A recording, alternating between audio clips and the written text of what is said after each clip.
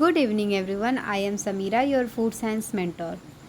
First of all, I wish you a very happy रक्षा बंधन and I hope आप सभी आज तो बहुत ही अच्छे होंगे, बहुत खुश भी होंगे।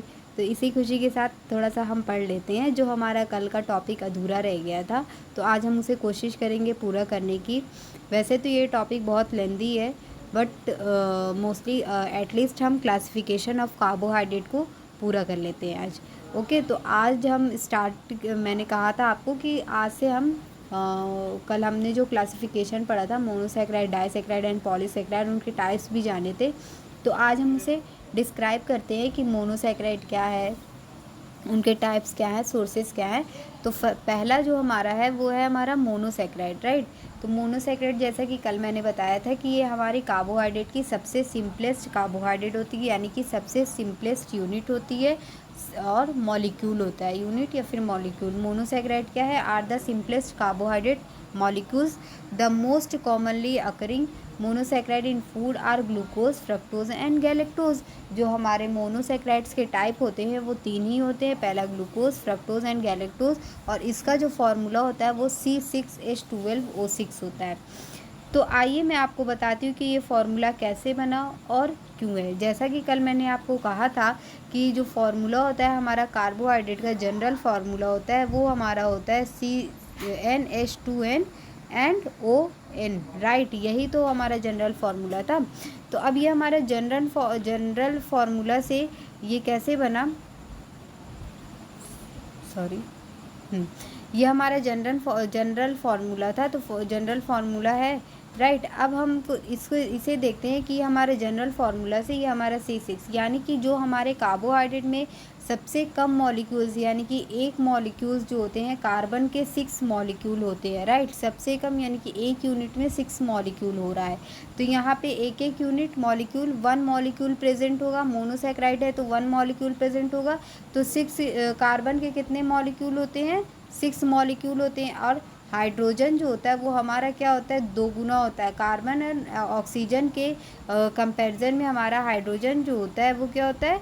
2 गुना होता है, जिसकी वजह से हम यहाँ पे क्या करते हैं, n की जगह पे n की वैल्यू क्या है? 6 है, राइट। n की वैल्यू हमारी क्या है? 6 है। जनरल फार्मूला के अकॉर्डिंग जनरल फार्मूला हमारा ये था C6H2NO6, राइट। अब यहाँ पे n की वैल्यू 6 है तो हम n की वैल्यू 6 रखते हैं इस फार्मूले में। n की वैल्यू 6 रखेंगे तो यहाँ पे हो जाएगा हमारा O6।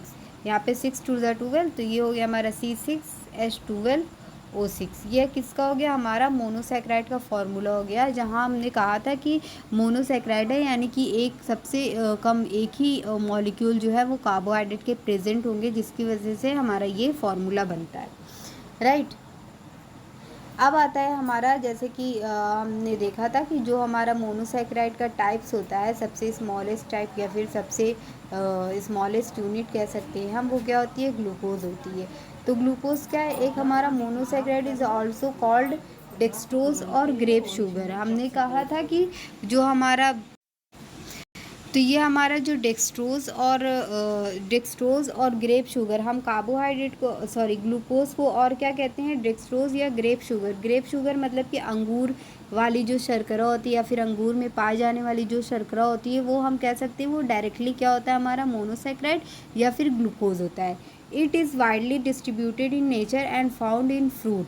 ये क्या होता है कि हमारे नेचर में वाइडली क्वांटिटी में क्या है? डिस्ट्रीब्यूटेड है। और इसका जो नेचर है क्या है? अंगूर क्या है? फ्रूट्स ही तो है। वेजिटेबल एंड सेल सैप, इसको फ्रूट्स, वेजिटेबल एंड सेल सैप्स के अंडर में रखा गया है। It is the most abundant carbohydrate found in corn sugar and present in corn syrup. ये क्या होता है? हमारा जो कार्बोहाइड्रेट हमारा प्रेजेंट है ग्लूकोज के फॉर्म में, वो हम कॉर्न सिरप या फिर कॉर्न शुगर जो मार्केट में अवेलेबल होते हैं, जस्ट वही होता है।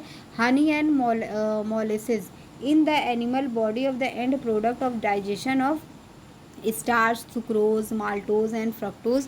जैसे कि हमने कल बताया था कि अब ये तो हो गया हमारे मोनोसैकेराइड के टाइप, राइट। ग्लूकोज हमारा क्या था? मोनोसैकेराइड का एक टाइप था। लेकिन जो हमारा पॉलीसेकेराइड का और डाइसेकेराइड का टाइप्स होते हैं, fructose, sucrose, maltose, starch, cellulose, पेक्सट्रीन, डेक्सट्रीन, ये जितने भी होते हैं वो क्या होते हैं, ह्यूमन बॉडी में, एनिमल बॉडी में, हमारी बॉडी में जो होता है वो डाइजेस्ट होने के बाद किस में कन्वर्ट होगा, ग्लूकोज में ही कन्वर्ट होगा, यानी कि अपनी सबसे सिंपलेस्ट यूनिट मोनोसेकेराइड में ही कन्वर्ट होगा, right. Glucose is a carbohydrate found in blood of all animal and man, where is the sources of instant fuel और एनर्जी फॉर द बॉडी। यानी कि जो चीज़ हमें एनर्जी दे रही है वो क्या है, वो ग्लूकोज ही है, वो ग्लूकोज के ही फॉर्म में हमारे ब्लड में आकर के मिल रहा है। आप एक नॉर्मल सा एक एग्जाम्पल के थ्रू ये समझ सकते हैं कि जब भी हम कोई फूड खाते हैं या फिर कोई फ्रूट्स या वेजिटेबल कुछ भी हम खा रहे हैं तो वो क्या होगा, वो हमारे बॉडी में जाएगा, डाइजेस्ट होगा, डाइजेस्ट होने के बाद एब्जॉर्ब होगा, एब्जॉर्ब होने के बाद उसका मेटाबॉलिज्म होगा। तो वो उसका एब्जॉर्प्शन कहाँ हो रहा है, वो अपनी सबसे सिंपलेस्ट यूनिट में टूट कर हमारे ब्लड में ही तो आएगा। तो किसी भी तरह का, किसी भी प्रकार के आप कार्बोहाइड्रेट आप खाओगे तो वो ग्लूकोज में कन्वर्ट होगा और ग्लूकोज हमारे ब्लड में जाकर के मिल जाएगा, और जो हमारे ब्लड में ग्लूकोज प्रेजेंट होगा वही हमें एनर्जी देगा। हम अपने डिफरेंट वर्क को उसकी वजह से ही कंप्लीट कर पाएंगे, राइट। तो जो हमारे ब्लड में ग्लूकोज की जो मात्रा होती है, यानी कि ब्लड में हमारे जितनी मात्रा में ग्लूकोज प्रेजेंट है वो उसकी क्या मात्रा हुई, 80 to 100 mg/dl पर डेसीलीटर। हमारे ब्लड में 80 से 100 मिलीग्राम ग्लूकोज प्रेजेंट होता है। हमारे ब्लड में जो होता है 80 से 100 मिलीग्राम ग्लूकोज प्रेजेंट होता है। नेक्स्ट आता है हमारा फ्रक्टोज। आई थिंक आपको ग्लूकोज अच्छे से समझ में आ गया होगा, अगर नहीं समझ में आया तो हम फिर से एक बार रिवीजन कर लेते हैं। ग्लूकोज को हम डेक्सट्रोज और ग्रेप शुगर भी कहते हैं। ये हमारे जो वर्ल्ड है उसमें क्या है, एक वाइडली रेंज में जो है वो फ्रूट्स, वेजिटेबल्स और सेल सैप के फॉर्म में हमें मिलता है। और इसका क्या होता है कि जो हमारा कार्बोहाइड्रेट है, कॉर्न सिरप, कॉर्न शुगर के फॉर्म में भी ये हमें प्रोवाइड होता है। और जितने भी टाइप्स के हमारे कार्बोहाइड्रेट होते हैं, फूड होते हैं, अगर उनमें कार्बोहाइड्रेट होगा तो वो अपनी डाइजेशन के बाद हमारी एनिमल बॉडी में वो डाइजेशन के बाद अपनी सबसे स्मॉलेस्ट यूनिट ग्लूकोज में ही कन्वर्ट होगा, जो ग्लूकोज हमारे ब्लड में जाकर के मिल जाता है। और ब्लड में जो ग्लूकोज की मात्रा होती है वो 80 से 100 mg/dl होती है। क्लियर, ये 2-3 बातें हैं हमारे लिए हमारे लिए जो ग्लूकोज को हम याद रख सकते हैं। पहला ये कि इसे हम डेक्सट्रोज और ग्रेप शुगर कहते हैं। दूसरा ये फ्रूट्स, वेजिटेबल और सेल सैप के फॉर्म में हमें मिलता है। तीसरा ये कि ये हमारे डाइजेशन के बाद किसी भी प्रकार का कार्बोहाइड्रेट होगा तो वो डाइजेशन के बाद ग्लूकोज में ही कन्वर्ट होगा। ग्लूकोज हमारे ब्लड में प्रेजेंट होता है, ब्लड में जाएगा और ब्लड से एनर्जी देगा। ब्लड में जो ग्लूकोज होगा वही एनर्जी देगा और उसकी जो मात्रा होती है 80 से 100 mg/dl होती है। आई विश आपको याद हो गया हो। नेक्स्ट आता है जो हमारा मोनोसेकेराइड था वो क्या है, फ्रक्टोज है, राइट। नेक्स्ट हमारा क्या है, फ्रक्टोज है। तो फ्रक्टोज क्या है, एक फ्रूट शुगर है, यानी कि फ्रूट्स में पाई जाने वाली जो शुगर होती है वही हमारा क्या है, फ्रक्टोज है। Is occur in fruits and honey, फल और जो हमारी शहद होती है उससे पाई जाने वाली जो शुगर होती है वही फ्रक्टोज होती है। उससे अगर हम कंज्यूम कर रहे हैं, खा रहे हैं, तो हमें उससे जिस प्रकार की कार्बोहाइड्रेट मिलेगी वो फ्रक्टोज होगी। Fructose consume in the diet rapidly convert into the glucose in the body. जैसे ही फ्रक्टोज हम अपने डाइट में लेते हैं, कंज्यूम करते हैं, वो तुरंत ही क्या होगी, क्योंकि ये भी एक मोनोसेकेराइड है, तो वो तुरंत ही ग्लूकोज में कन्वर्ट हो जाती है और ग्लूकोज हमारे ब्लड में आ जाता है। और हम अपने डिफरेंट वर्क को जिस काम को भी करने को के लिए, सोने में भी एनर्जी फ्यूल होती है। ऐसा नहीं कि हम सो रहे हैं, कोई वर्क नहीं करे तो एनर्जी फ्यूल नहीं होगी, जस्ट बिकॉज ऑफ हमारे जितने भी इंटरनल ऑर्गन होते हैं वो रन करते रहते हैं, इसलिए सोने में भी एनर्जी फ्यूल होती है। तो चाहे हम सो रहे हो, पढ़ रहे हो, बैठे हो, अपने घर के कुछ काम कर रहे हो, या फिर हम स्टडी कर रहे हो, कुछ भी, एवरी वर्क जो भी हम काम करें उसमें हमारी एनर्जी फ्यूल होती है। और उन्हीं सारी एनर्जी जो फ्यूल हो रही है वो किससे मिल रही है, ग्लूकोज से ही मिलती है। नेक्स्ट आता है हमारा गैलेक्टोज है, ये हमारा लास्ट टाइप ऑफ मोनोसैकेराइड जो है। गैलेक्टोज क्या होता है, जैसे मैंने कहा था, does not occur in the free state in common food. हमारे ये जितने भी कॉमन फूड्स हैं जिन्हें हम कंज्यूम कर रहे हैं, अपना पेट भर रहे खाते हैं, उसमें गैलेक्टोज हमें फ्री फॉर्म में नहीं मिलते हैं। It occur in the combination with glucose in lactose, यानी कि ये क्या होते हैं कि हमारे ग्लूकोज के कॉम्बिनेशन से जो मिलते हैं, जैसे कि हमारे जो मैंने बताया था आपको कि जो हमारे मिल्क में पाई जाने वाली शुगर होती है डाइसैकेराइड, जिसे हम लैक्टोज कहते हैं, जब हम उसे कंज्यूम करते हैं, उसे खाते हैं, तो वो हमारे बॉडी में जा कर के आप टूटता है, किसमें डाइजेशन के प्रोसेस में टूटता है, किसमें ग्लूकोज एंड गैलेक्टोज देता है। एक मॉलिक्यूल ग्लूकोज देता है और एक मॉलिक्यूल जो होता है गैलेक्टोज का देता है। तो वहीं पे यानी कि ये हमारे बॉडी में ही इसका सिंथेसाइज हो रहा है, बॉडी में ही ये हमारे सिंथेसाइज होगा क्या, गैलेक्टोज। गैलेक्टोज के लिए 2-3 बातें याद रखनी है कि ये फ्री फॉर्म में हमारे कॉमन फूड में प्रेजेंस नहीं है। ये क्या है, लैक्टोज जो हमारा एक डाइसैकेराइड है, जो मिल्क शुगर लैक्टोज होती है, वो जब डाइजेशन के प्रोसेस के थ्रू ग्लूकोज और गैलेक्टोज का एक एक मॉलिक्यूल देते हैं, वहीं से हमें गैलेक्टोज मिलती है। Galactose can be converted into glucose in the body. Then जब वो गैलेक्टोज फिर से ग्लूकोज में कन्वर्ट होती है हमारे बॉडी में, फिर वो हमें क्या करती है, एनर्जी देना स्टार्ट करती है, राइट। नेक्स्ट आता है हमारा डाइसैकेराइड। अब हमारा मोनोसैकेराइड आई विश आपको अच्छे से याद हो गया होगा, और किसके क्या फंक्शन होते हैं, कहाँ से आता है, ये सब आपको क्लियर हो गया होगा। तो हम बढ़ते हैं अपने डाइसैकेराइड की तरफ। डाइसैकेराइड यानी कि डाई मीन्स टू।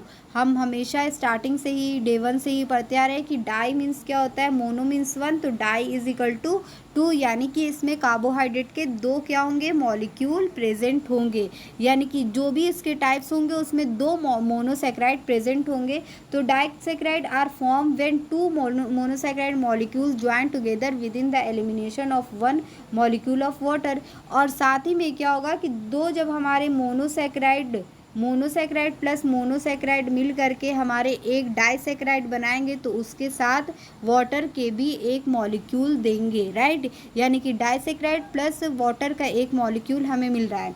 आगे मैं बताऊंगी ये कैसे। जैसे कि जो हमारा डाइसैकेराइड का जनरल फार्मूला होता है, यहाँ पे देखिए C12H22O11 है, राइट।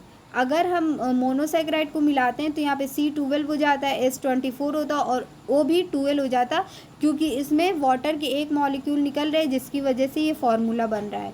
मैं आपको ये करके दिखाती हूँ। जैसे मान लीजिए हमारे डाइसैकेराइड कैसे बन रहे हैं, mono plus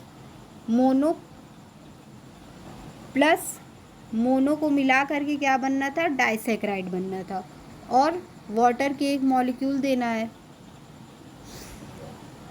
sorry, mono plus monosaccharide is equal to disaccharide plus water का एक मॉलिक्यूल।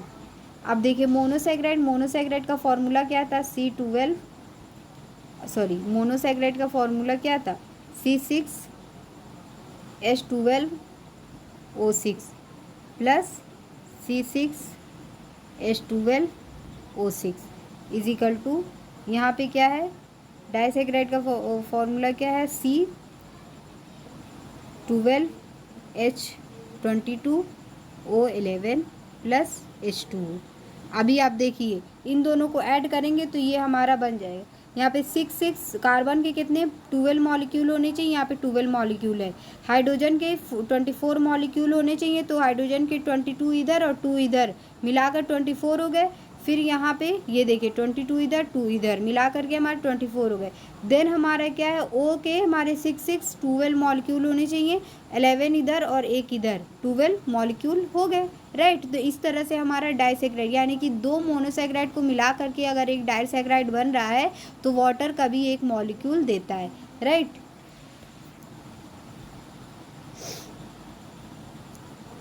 अब हमारे डाइसैकेराइड के जो टाइप्स हैं वो पहला क्या है, सुक्रोज। सुक्रोज क्या होता है, सबसे पहले आप एक लिख लीजिए इसे कि सुक्रोज को हम टेबल शुगर भी कहते हैं।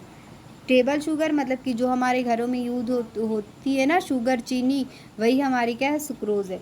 Sucrose occur in large amount in sugar केन।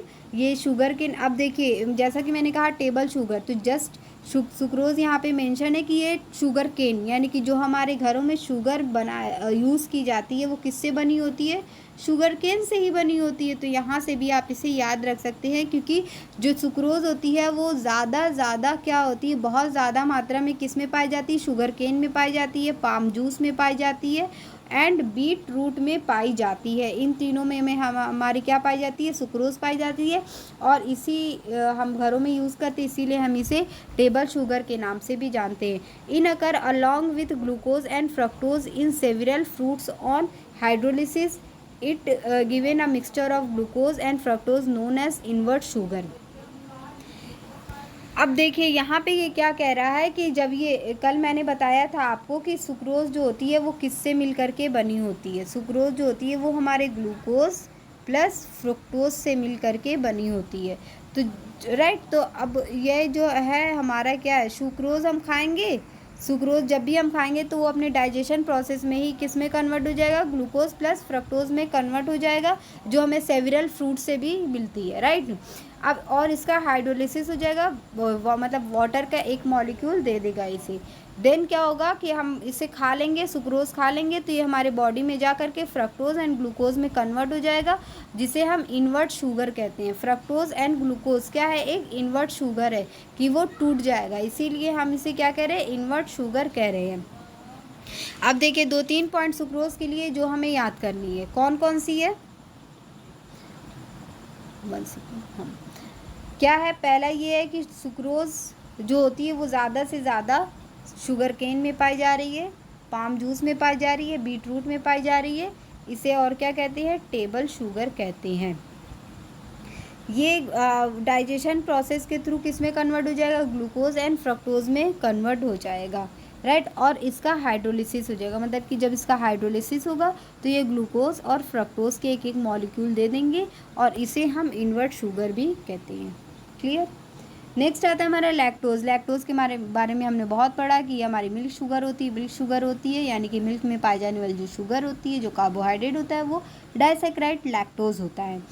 अगर इन ह्यूमन मिल्क, जो ह्यूमन मिल्क में लैक्टोज पाया जाता है वो 7% ऑफ लैक्टोज पाए जाए ना, right, in the milk of other animal, और जितने भी हमारे जैसे काउ मिल्क, बफेलो मिल्क में जो होता है वो 7% ऑफ लैक्टोज पाया जाता है। Right, it is form by the combination of 1 molecule of galactose. ये हम बहुत बार पढ़ चुके हैं। जो हमारा लैक्टोज होता है वो ग्लूकोज प्लस गैलेक्टोज देता है। Right, lactose is hydrolysed in digestion track into the glucose and galactose, और जस्ट लैक्टोज को हम फिर से खाएंगे पिएंगे तो वो क्या होगा, हमारे गैलेक्टोज एंड ग्लूकोज में क्या होगा, टूट जाएगा।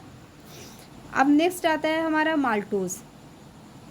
Maltose this occur in malt prepare from the germinated cereals grain. ये हमें कहाँ से मिलता है, जो इतने भी तरह के हमारे सीरियल्स होते हैं जिससे हम जर्मिनेट कर पाते हैं, वो सीरियल्स को हम जर्मिनेट करते हैं, बस वहीं से हमें माल्टोज जो है वो मिल जाता है। On hydrolyse in given 2 molecules of glucose, और जब इसका हाइड्रोलिसिस होता है, जब इसका जल अपघटन होता है, हाइड्रोलिसिस को हम हिंदी में जल अपघटन कहते हैं, और जब माल्टोज का जल अपघटन होता है या फिर हाइड्रोलिसिस होता है तो वो ग्लूकोज के 2 मॉलिक्यूल्स देते हैं।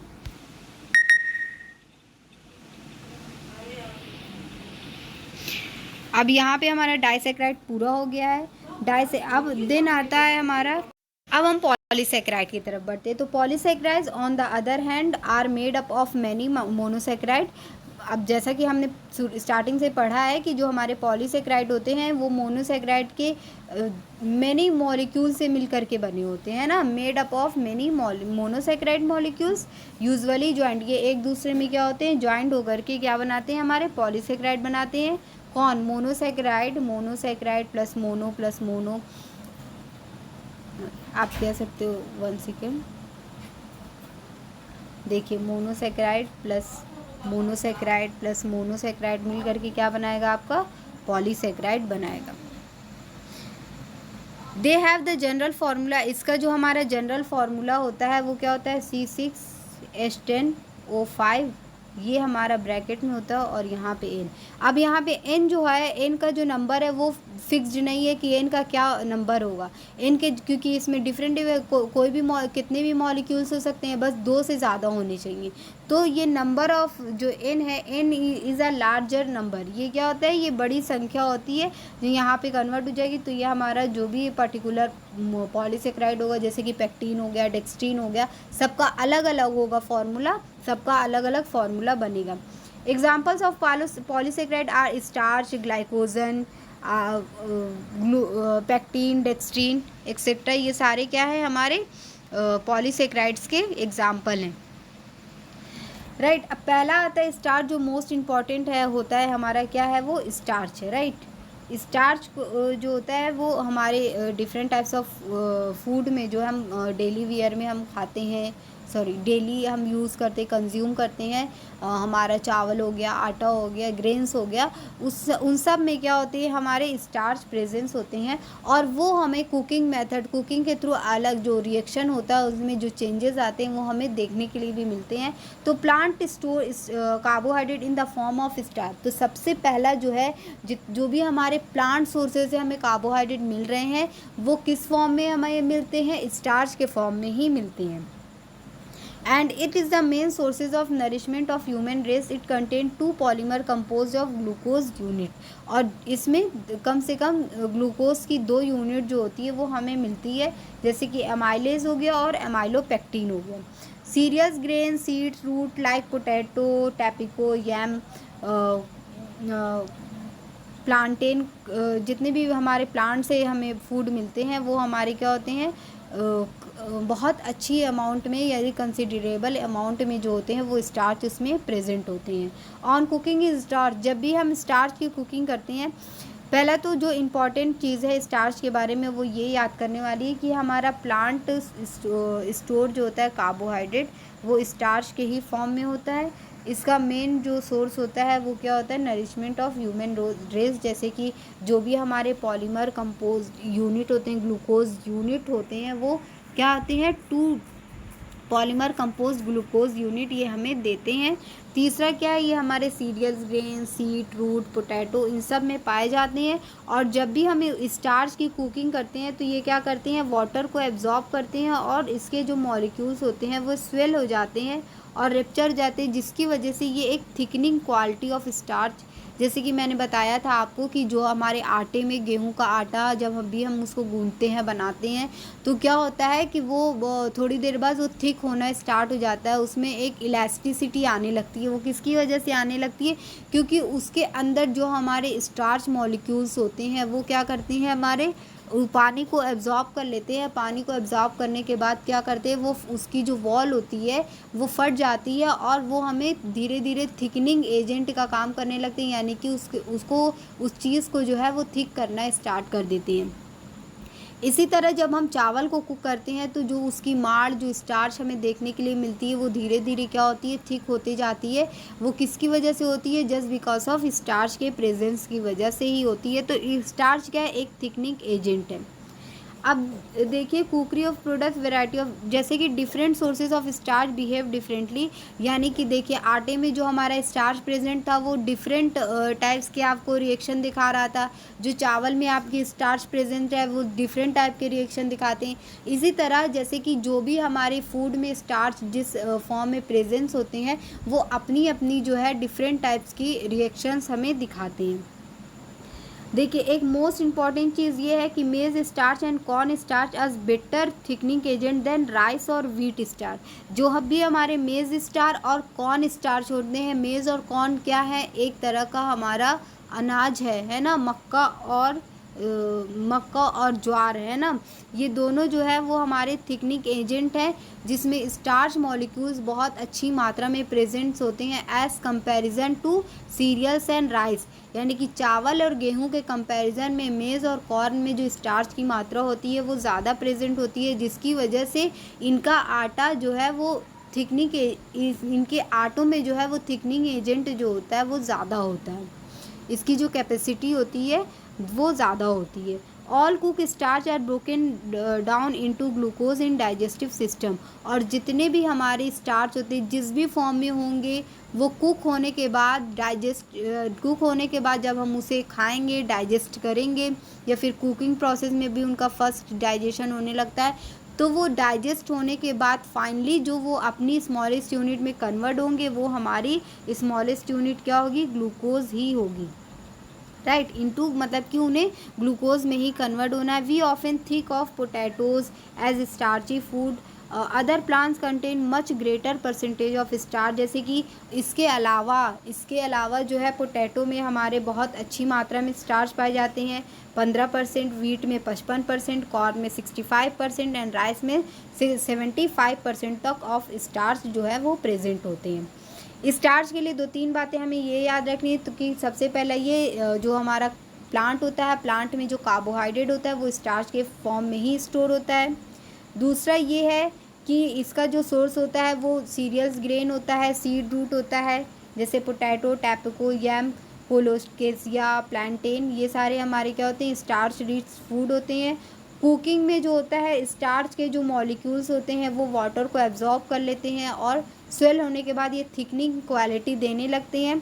मक्का और कॉर्न फ्लोर में ज़्यादा थिकनिंग क्वालिटी होती है as comparison to rice and wheat.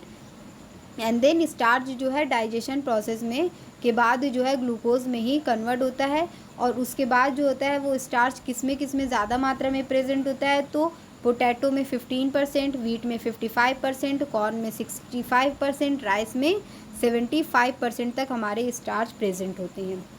अब आता है हमारा डेक्सट्रीन की तरफ। हम डेक्सट्रीन देख लेते हैं कि क्या होता है हमारा।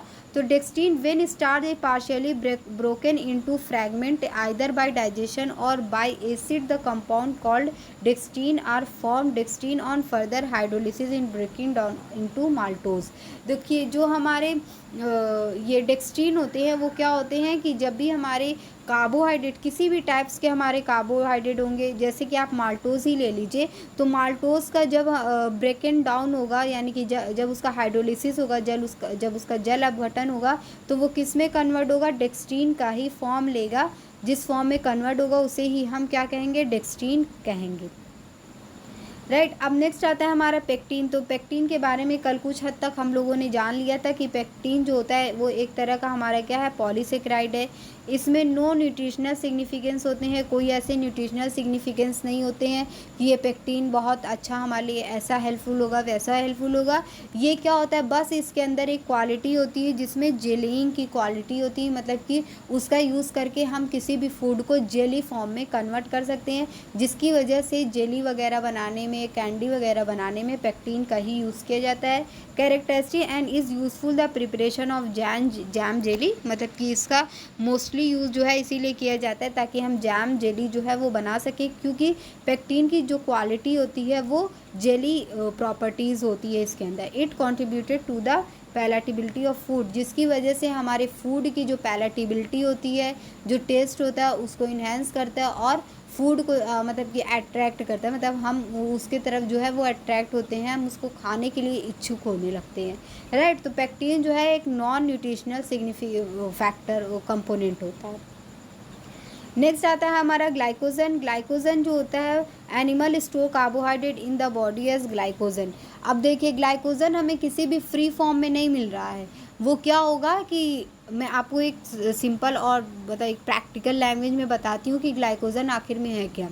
जैसे कि हम जो फूड खाते हैं, आपने नोटिस किया होगा या फिर ये प्रैक्टिकल लाइफ में होता रहता है कि हम कभी कभी जो हमारी मनपसंद की चीज़ें होती हैं या फिर जो हमारी फेवरेट चीज़ें होती हैं उनको हम ज़्यादा खा लेते हैं, राइट। पेट भर जाने के बाद भी हम खा लेते हैं और क्या बोलते हैं, तो मान लीजिए कि हमारे बॉडी में जो है वो 2000 किलो कैलोरी ही एनर्जी चाहिए, बट हमने आज जो है वो 2500 किलो कैलोरी एनर्जी ले ली, बट हमारे बॉडी में तो 2000 चाहिए थी, तो हम 2500 कैसे स्टोर करेंगे। तो जो हमारा लीवर है जो हमारा लीवर है वो क्या होगा कि जो हमारे एक्स्ट्रा ग्लूकोज होंगे, यानी कि जो हमारी एक्स्ट्रा ग्लूकोज हमने कंज्यूम किए हैं वो क्या करेगा, ग्लाइकोजन के फॉर्म में स्टोर कर लेगा। लीवर में क्या होगा, ग्लाइकोजन के फॉर्म में स्टोर हो जाएगा है। और हमारे बॉडी को 2000 किलो कैलोरी जहाँ जहाँ ज़रूरत थी वो हमारी बॉडी ने ले ली। ब्लड में कुछ चला गया तो हमारे डिफरेंट ऑर्गन है वर्क करने के लिए, मतलब कि 2000 कैलोरी जो है हमने ले ली, लेकिन जो एक्स्ट्रा बचा वो लीवर क्या करता है कि खुद में स्टोर कर लेता है। यानी कि लीवर में हमारे जो ग्लूकोज होते हैं, एक्स्ट्रा ग्लूकोज होते हैं, वो ग्लाइकोजन के फॉर्म में जो है वो स्टोर कर लिए जाते हैं। तो वो ग्लाइकोजन हमारे यही है कि animal store carbohydrate in the body as glycogen, यानी कि जितने भी एनिमल्स होते हैं वो कार्बोहाइड्रेट को ग्लाइकोजन के फॉर्म में अपने बॉडी में, और वो बॉडी में कहाँ, लीवर में स्टोर कर लेते हैं। It is store in the liver and muscles. अब देखिए, अब लीवर में भी जब एक कैपेसिटी होगी ना कि हम इतने ही 500 ही किलो कैलोरी मतलब ग्लूकोज को ग्लाइकोजन के फॉर्म में स्टोर कर पाएंगे, लेकिन हम उससे भी ज़्यादा अगर एनर्जी ले लेते हैं, ग्लूकोज ले लेते हैं, तब वो क्या करता है कि लीवर में स्टोरेज जब फुल हो जाता है तो मसल्स में स्टोर होना स्टार्ट हो जाता है। तो it is store in liver and muscles, liver and muscles में ये स्टोर होता है। In this the form of immediately energy for the body. और जब भी हमारे बॉडी को एनर्जी की ज़रूरत होती है, यानी कि हम फास्टिंग के कंडीशन में होंगे या फिर कुछ भी हम बहुत ज़्यादा, मान लीजिए जो हमारी 2000 किलो कैलोरी वाली कैलोरी हमने ली थी काम को करने के लिए, वो हमारी खर्च हो गई, तो हमारा लीवर तुरंत हमें एनर्जी देना स्टार्ट कर देगा। ग्लाइकोजन जो स्टोर किया था ग्लाइकोजन को तुरंत वो ग्लूकोज के फॉर्म में कन्वर्ट करेगा, ग्लूकोज ब्लड में जाएगा और एनर्जी देना स्टार्ट कर देगा। जब वो हमारी 500 लीवर वाली भी हमारी ख़त्म हो गई तो मसल से जो है वो ग्लाइकोजन जो है वो ग्लूकोज में कन्वर्ट होगा और हमें एनर्जी देना स्टार्ट कर देगा। तो it is also known as animal starch. तो इसीलिए ग्लाइकोजन को हम क्या कहते हैं, एनिमल स्टार्च कहते हैं। ये हमारे बॉडी में खुद सिंथेसाइज हुई है। आई विश आपको समझ आ रहा होगा, क्लियर हो जा रहा होगा। और प्लीज़ अगर आपको कहीं पे भी कोई भी क्वेरी कन्फ्यूज़न होगी तो वो आप मुझे कमेंट बॉक्स में ज़रूर बताएंगे, ताकि नेक्स्ट क्लास में मैं उसे फिर से एक्सप्लेन कर सकूं और उसे फिर से रिवीजन कर सकूं और इजी लैंग्वेज में। नेक्स्ट आता है हमारा सेलुलोज। सेलुलोज क्या है, cellulose it is an insoluble indigestible polysaccharide. यह क्या होता है, इनसॉल्युबल, यानी कि हमारी बॉडी में ना तो घुलता है और ना ही डाइजेस्ट होता है। More than 3000 glucose unit. अब देखिए इसमें 3000 ग्लूकोज यूनिट प्रेजेंट होती है, एक सेलुलोज में हमारे 3000 ग्लूकोज यूनिट प्रेजेंट होती है। There in cellulose but it is not human utilisation, but और ये हमारे ह्यूमन यूटिलाइजेशन, यानी कि हम इसे यूटिलाइज भी नहीं करते अपने बॉडी में। देखिए ये हमारे बॉडी में ना तो सॉल्युबल हो रहा है ना ही डाइजेस्ट हो रहा है। एक तो इसमें 3000 ग्लूकोज यूनिट होती है और हमारे लिए कोई यूटिलाइजेशन भी नहीं है। तो कैटल कैन डाइजेस्ट सेलुलोज, तो हम कैसे वो क्या करेंगे, सेलुलोज का क्या काम है हमारे बॉडी में, हम इसे कैसे कैटल करेंगे। Even though it is not too much food value is provide bulk to the diet but does help in the movement of the large intestine। अब देखिए ये हमारे बॉडी में किस लिए आ रहा है, क्योंकि हमारे बॉडी में डिफरेंट वर्क हो रहे हैं, बहुत सारे ऑर्गन्स काम कर रहे हैं, तो ये हमारे बॉडी में इसीलिए आएगा और बहुत ज़्यादा मात्रा में नहीं, थोड़े ही मात्रा में आएगा। और ये क्या करेगा, जो हमारी लार्ज इंटेस्टाइन में मूवमेंट हो रहा है, यानी कि डाइजेशन हो चुका है या फिर हो रहा है, डाइजेशन ऑलमोस्ट जो है वो स्मॉल इंटेस्टाइन तक हो चुका होता है, लेकिन लार्ज इंटेस्टाइन तक जो हमारे वेस्ट फूड जो है वो पहुंचते हैं या फिर कुछ न्यूट्रिएंट का एब्जॉर्प्शन जो है वहाँ पे होता है। तो जो हमारे लार्ज इंटेस्टाइन में जो भी हमारे फंक्शन होते हैं उसमें हमारा सेलुलोज मूवमेंट का काम करता है ना, मूवमेंट का काम करता है।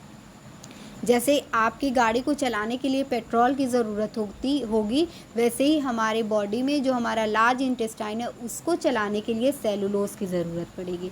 It prevent constipation and to an excellent cancer of cancer of bowel. ये देखिए जो भी हमारे स्टमक से रिलेटेड कैंसर होते हैं उनके प्रिवेंट के लिए बहुत ज़रूरी होते हैं और कॉन्स्टिपेशन वगैरह के प्रिवेंट के लिए बहुत ज़्यादा ज़रूरी है, क्योंकि अगर हमारे क्या कहते हैं इंटेस्टाइन में मूवमेंट प्रॉपर होता रहेगा तो कॉन्स्टिपेशन की तो कोई चांसेस ही नहीं है। और जब सारे फंक्शंस प्रॉपर होते रहेंगे तो किसी भी तरह का कोई सेल का डेवलपमेंट होना पॉसिबल ही नहीं है। It help to reducing the cholesterol level in blood अब देखिए इसकी वजह से कितने हेल्प हो रहे हैं कि हमारे ब्लड में जो भी कोलेस्ट्रॉल लेवल होता है वो भी नॉर्मल रहेगा, हमारे बॉडी का वेट नॉर्मल रहेगा। A high fibre content can help in the treatment of obesity, और जो भी हम हाई फाइबर कंटेंट लेंगे अपने फूड में वो ओबिसिटी का भी ट्रीटमेंट करेंगे, delay digestion and contribution of satisfactory of obese people, यानी कि जो भी हमारे ओबीज पीपल हैं उनका जो भी सैटिस्फैक्टरी वगैरह है उसको कंट्रोल करेंगे, उसको नॉर्मल रखेंगे। आई थिंक आपको सेलुलोज क्लियर हो गया होगा। सेलुलोज के बारे में एक बार रिवीजन कर लेते हैं कि क्या क्या इसके इम्पॉर्टेंट टर्म्स हैं। तो पहला तो ये है कि ये तो हमारे बॉडी में ना घुलेगा ना डाइजेस्ट होगा, और इसमें 3000 ग्लूकोज यूनिट प्रेजेंट होती हैं। हमारे बॉडी में इसका कोई यूटिलाइजेशन नहीं है, बट फिर भी हमें ये इसे स्मॉल क्वांटिटी में ये हमें चाहिए, क्योंकि हमारे जो लार्ज इंटेस्टाइन के मूवमेंट हैं उसको प्रॉपर रखने के लिए, और कॉन्स्टिपेशन को दूर करने के लिए, कैंसर से बचाने के लिए, ब्लड में कोलेस्ट्रॉल लेवल को नॉर्मल रखने के लिए, बॉडी वेट नॉर्मल रखने के लिए ये हमारे ओबिसिटी का ट्रीटमेंट करेंगे, और डाइजेशन को डिले करेंगे, सैटिस्फैक्टरी को हमारे नॉर्मल करेंगे ओबीस पर्सन के लिए। तो आई विश आपको ये टॉपिक जो है समझ आई होगी, और अगर नहीं भी समझ में आई है तो प्लीज़ आप मुझे बताएं कि आपको क्या नहीं समझ में आया हो। अगर कोई भी क्वेरी होगी तो मैं उसे कल क्लास में प्रॉब्लम का सॉल्यूशन ढूंढने की कोशिश करूँगी, और प्लीज़ सेशन को लाइक और शेयर ज़रूर करेंगे। Thank you so much.